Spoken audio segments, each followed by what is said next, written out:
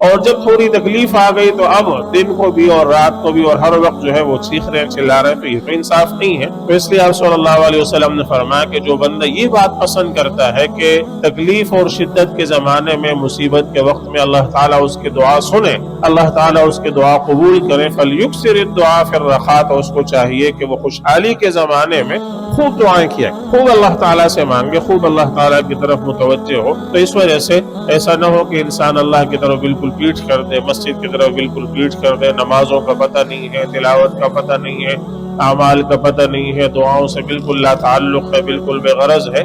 तो ये दुरुस्त नहीं है, ये इंसाफ नहीं है। रमजान गुजर गया तो रमजान में ठीक है रोजे फर्ज थे, रमजान के बाद रोजे फर्ज नहीं है, लेकिन इसका ये मतलब नहीं है कि इंसान सब कुछ छोड़ छाड़ बैठे और इंसान बिल्कुल ही ला ताल्लुक हो जाए। तो ये ला ताल्लुक ही दुरुस्त नहीं है, ये अच्छी नहीं, ये खुद इंसान के लिए नुकसानदेह। अल्लाह को तो जाहिर कोई नुकसान नहीं पहुंचा सकता।